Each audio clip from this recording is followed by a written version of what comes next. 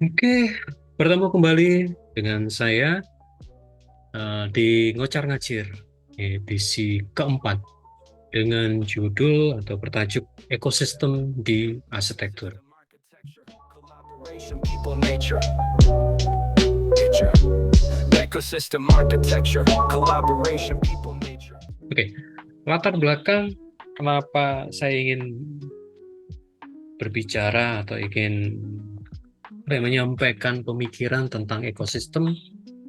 Latar belakangnya di minggu lalu, di tanggal 17 Juli 2024, kami mengadakan sidang tugas akhir.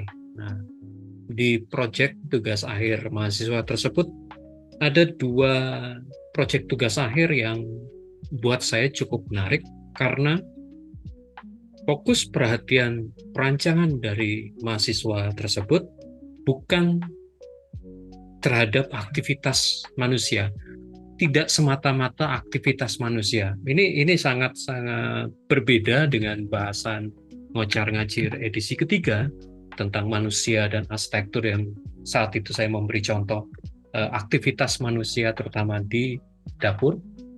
Tapi dua mahasiswa ini menyampaikan atau membuat rancangan fokus perhatiannya justru pada satu hewan peliharaan, yaitu kucing dan anjing, dan yang kedua justru pada tanaman. Fokusnya adalah tanaman obat-obatan. Nah, buat saya ini cukup cukup menarik karena si mahasiswa ini kemudian melebarkan proses perancangannya, tidak hanya membahas tentang aktivitas manusia seperti yang saya bahas di edisi sebelumnya, di edisi ketiga, tapi kemudian meluas, fokus pada aktivitas hewan, karena pendekatan mahasiswa itu bukan hanya sekedar perawatan, tapi juga ada kecantikan dan kebugaran dari hewan peliharaan, serta kesehatan. Artinya ada klinik dan kemudian ada rumah sakit untuk hewan. Di kasus obat-obatan tradisional tersebut, fokusnya adalah bagaimana mengembangkan tanaman-tanaman, beberapa jenis tanaman tersebut menjadi obat-obatan yang bisa diproduksi. Jadi fokusnya pada tanamannya. Ini buat saya jadi perhatian penting bahwa aktivitas yang dirancang oleh atau yang diperhatikan oleh seorang arsitek tidak hanya skop pada manusia, aktivitas manusia, tapi juga aktivitas yang dilayani oleh manusia. Dalam hal ini hewan dan juga tumbuh kembang atau penelitian terhadap obat-obatan. Lalu kemudian ini mengingatkan saya pada ada dua pendekatan sebenarnya dalam proses perancangan arsitektur, yaitu perancangan yang terfokus pada manusia, human-centered design, artinya manusia kemudian menguasai atau manusia kemudian menjadi fokus utama dari sebuah proses desain dengan mindset manusia penguasa dari alam, atau environment centered design, bahwa lingkunganlah atau alamlah yang menjadi fokus utama. Manusia masuk di dalam ruang lingkup lingkungan atau alam tersebut. Dua pendekatan yang si arsitek kemudian bisa memilih. Dia menempatkan manusia sebagai fokus utama dari desainnya, sehingga pola berpikirnya atau mindsetnya adalah ya oke, apa yang dilakukan manusia dalam, meskipun berkaitan dengan hewan, berkaitan dengan tanaman, tapi fokus utamanya tetap pada manusianya, atau manusia menjadi bagian dari sebuah ekosistem. Nah, kata ekosistem ini kemudian muncul. Saya teringat pada buku cukup tua, bukunya Norman Foster yang terbit tahun 97, yang judulnya Nature and Idea of a Man-Made World.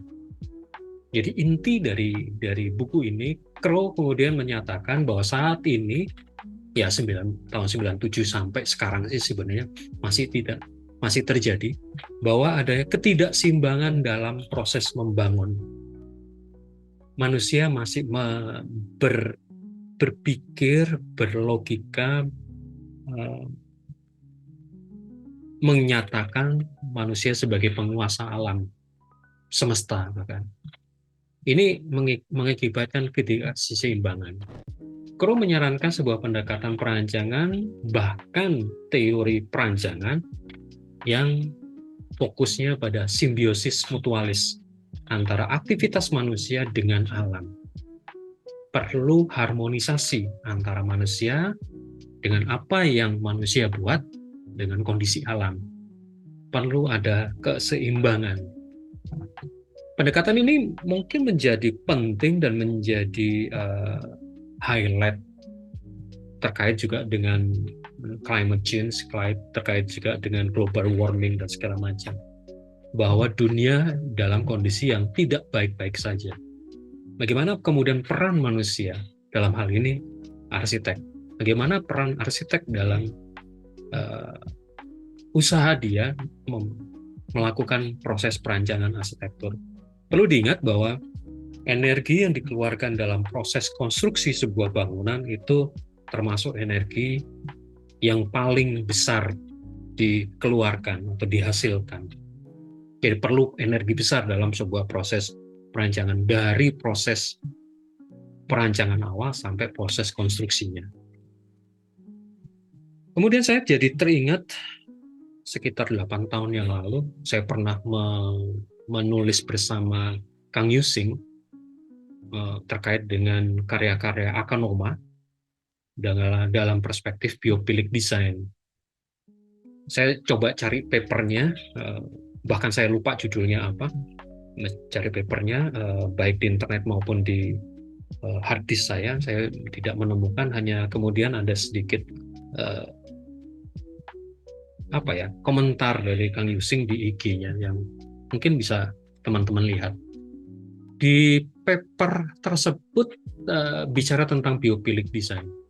Ada 6 prinsip utama dari biopilik design, yaitu kondisi lingkungan, environment feature, kemudian bentuk alami, pola dan proses alami, ruang dan cahaya, relasi tempat, dalam hari ini memahami tempat, benar-benar lokus itu benar-benar dipahami dalam sebuah proses perancangan, dan terakhir adalah keterlibatan hubungan antara manusia dan alam.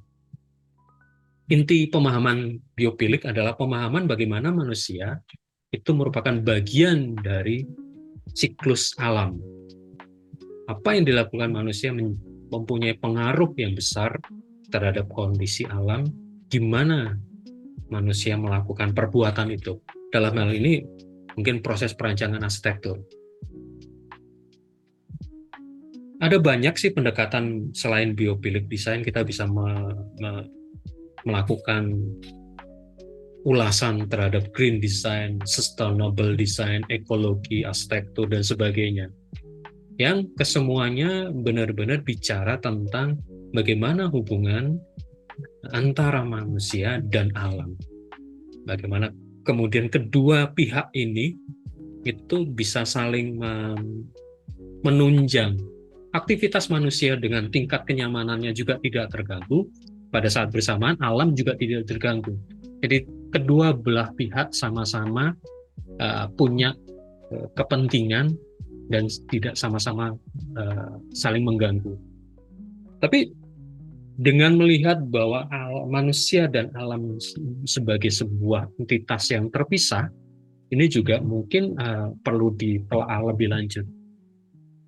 Saya jadi teringat kata-kata almarhum Pak Eko Prawoto. Dia menyatakan, kayaknya arsitek dan arsitektur itu sebenarnya sebagian kecil dari sebuah proses kehidupan. Kalau menggunakan pemahaman ini, maka yang diutamakan atau yang didorong, yang menjadi fokus utama adalah lingkungan tersebut, alam tersebut. Ini yang mungkin bisa kesadaran dan proses perancangan yang menempatkan alam sebagai fokus utama dalam proses perancangan akan membawa pengaruh yang berbeda dalam proses perancangannya. Terkadang kita harus menekan sangat tinggi ego kita sebagai seorang perancang, ego kita sebagai seorang manusia, bahkan sedikit tanda kutip mengorbankan kenyamanannya demi lingkungan yang lebih sehat. Mungkin itu pendekatan-pendekatan yang bisa dilakukan. Relasi antara manusia dan alam atau alam itu sendiri, di mana di dalam alam ada entitas yang disebut manusia.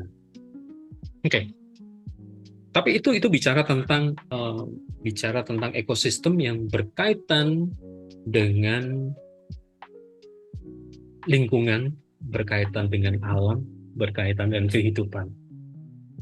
Saya ingin sedikit bergeser dengan memahami kata ekosistem. Di bulan November 2019, kebetulan saya diajak untuk berduet sih sebenarnya. Berduet untuk menulis sebuah buku berjudul FEE, jadi honor kan? Be a great person, menjadi manusia yang baik, manusia yang besar, by setting up healthy ecosystem, dengan menyusun atau membentuk ekosistem yang sehat. Kata ekosistem kemudian bertemu dengan kata V. Mungkin saya tidak akan menyoroti panjang dan lebar tentang V, karena ini juga akan berkaitan dengan beberapa aturan, baik dari IAI maupun dari upah minimum, katakanlah, yang lagi rame sekarang, upah minimum pekerja. Tapi saya ini menyoroti kata setting up healthy ecosystem, mengubah atau menyusun sebuah ekosistem yang sehat. Mau nggak mau, meskipun saya memisahkan kata setting up healthy ecosystem dengan kata P, tapi pemahaman seorang arsitek profesional terhadap ekonomi baik makro maupun mikro dari sebuah negara sepertinya menjadi catatan penting. Pemahaman terhadap perkembangan perekonomian sebuah kawasan, sebuah negara, bahkan sebuah daerah, itu akan sangat mempengaruhi bagaimana industri kreatif, dalam hal ini industri rancang bangun arsitektur itu terjadi. Semakin sehat sebuah kawasan dengan perekonomian yang maju, perekonomian yang sehat, yang membuat infrastruktur terus terjadi, proses rancang bangun, proses konstruksi terus terjadi, itu mengakibatkan atau mempunyai efek besar terhadap kesehatan finansial seorang arsitek atau biro arsitek.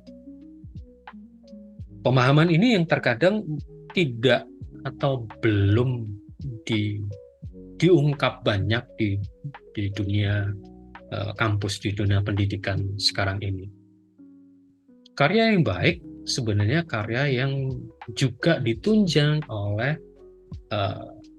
proses finansial, proses pembayaran, dalam hal ini dalam buku ini, di pembayaran proses rancangnya, proses kreatif perancangnya juga dengan kondisi yang baik.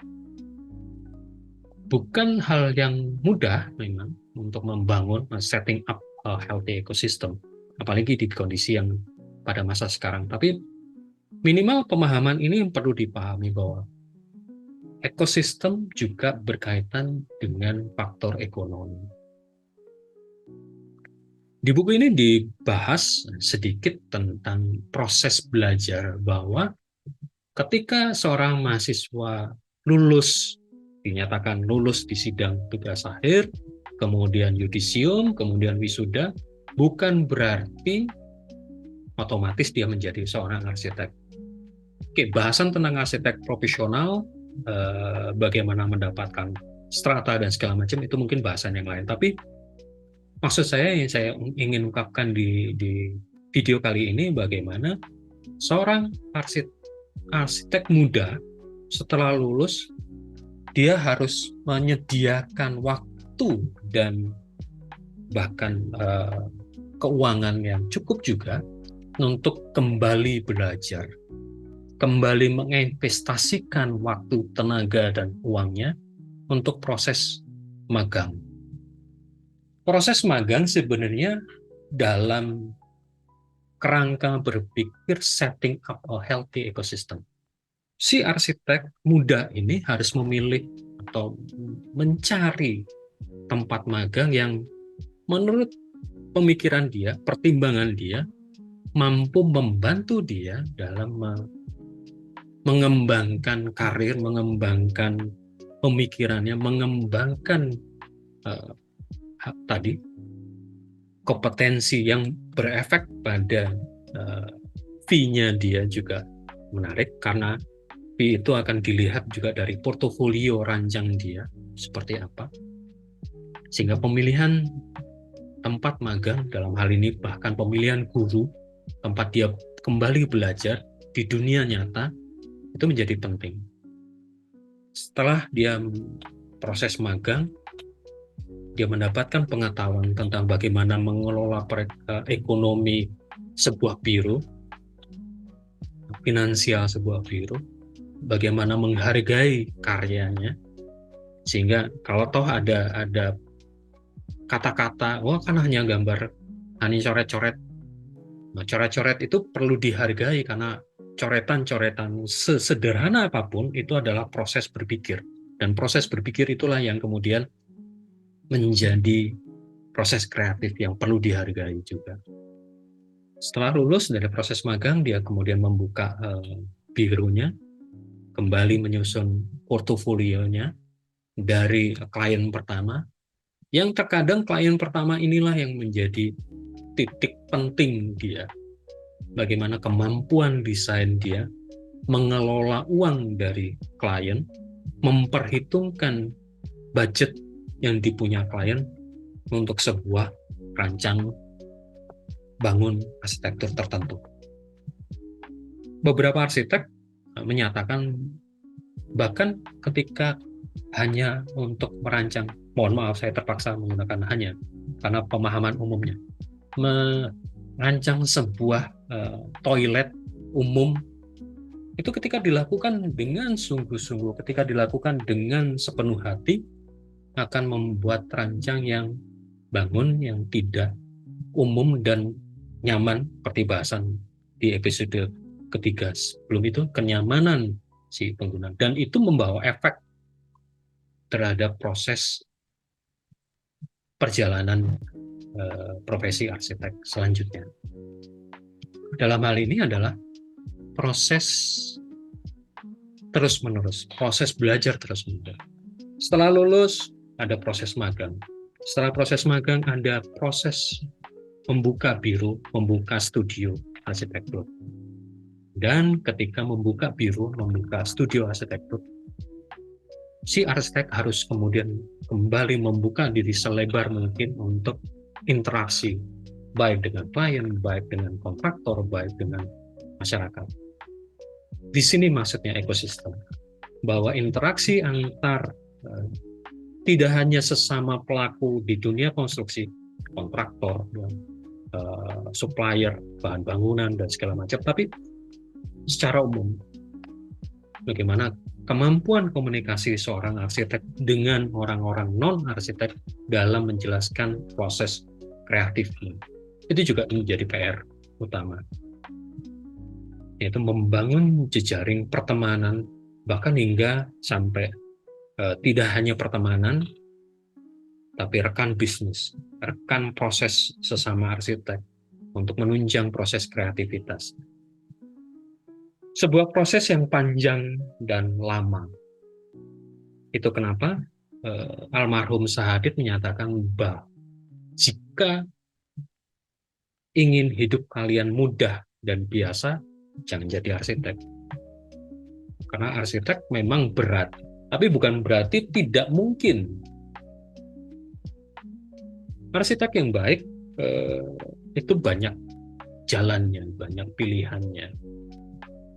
Ada pilihan untuk menjadi seorang arsitek ternama, Starchitect.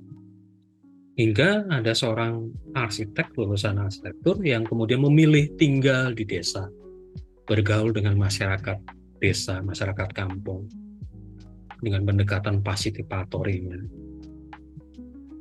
Ada arsitek yang kemudian menjadi tokoh sentral, prinsipal arsitektur, atau tenggelam di dalam sebuah komunitas. Hidup seorang arsitek ada banyak pilihan. Dan bergantung pada si arsitek itu sendiri, mau masuk ke ekosistem yang seperti apa. Jadi yang kemudian perlu kita renungkan bersama, mau masuk di dalam ekosistem yang seperti apa. Sehingga pertanyaan tadi, setting up a healthy ecosystem bergantung pada diri kita, seorang arsitek. Mau masuk ke jalan seperti apa. Jalan tol, jalan yang sepi, pematang sawah, atau seperti apa. Kembali ke diri kita. Karena masing-masing manusia, saya percaya masing-masing manusia itu punya peran dan tugasnya masing-masing. Tergantung kita secara konsisten, secara sadar melaksanakan tugas-tugas kehidupan kita. Mungkin itu yang bisa saya sampaikan di episode keempat tentang ekosistem di arsitektur. Tetap sehat, lahir dan batin, agar kita bisa terus berkarya. Sampai jumpa di episode selanjutnya. Kalau ada saran, komentar, dan usulan bahasan-bahasan yang mau dibahas di Ngocar Ngacir, silakan ketik di kolom komentar. Semoga di masa depan bisa saya bahas. Seperti di episode ketiga, ada yang minta membahas partisipatori. Di bahasan kali ini tadi sempat saya ungkap tentang partisipatori. Mungkin di episode selanjutnya saya akan fokus pada bahasan arsitek dengan proses perancangan dengan pendekatan partisipatori. Apa itu? Kita tunggu di episode berikutnya. Terima kasih. Sampai jumpa di episode berikutnya.